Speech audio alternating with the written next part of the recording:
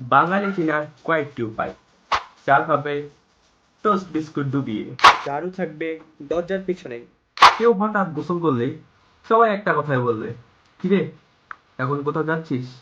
ATM থেকে টাকা তুলে আবারও দুবার গুনবে, কারণ সবার কারোর উপর বিশ্বাস নেই। রাস্তায় কাদা দেখলে জুতোগুলো খুলে হাতে নিয়ে খালি পায়ে হাঁটবে, তারপর এমনভাবে এঁকে বেঁকে হাঁটবে যেন জুতোতে কাদা না লাগে। মাইক্রোফোন হাতে নিয়ে প্রথমে দু তিনটে টোকা দেবে, এরপরও ফু দিয়ে ঠিক চেক করে নেবে যেটা সঠিক আছে কিনা। অথচ যার কাছ থেকে মাইক্রোফোনটি নিয়েছিল তিনিও এতক্ষণ ঠিকভাবে কথা বলেছিলেন ওটা দিয়ে। ওয়াশরুমে গেলেও ঠিক প্রস্রাব করবে টয়লেটের মেঝেতেই। অতিথিদের জন্য আলাদা করে থালা বাসন বাটি গুছিয়ে রাখবে, আর ওটা দিয়ে যতক্ষণ না অতিথিরা খাচ্ছে কাউকে ধরতে দিবে না। সকাল হলে যে বিছানায় শেষ অব্দি ঘুমিয়ে থাকবে মশারি খুলে তার মুখের উপরেই ফেলবে।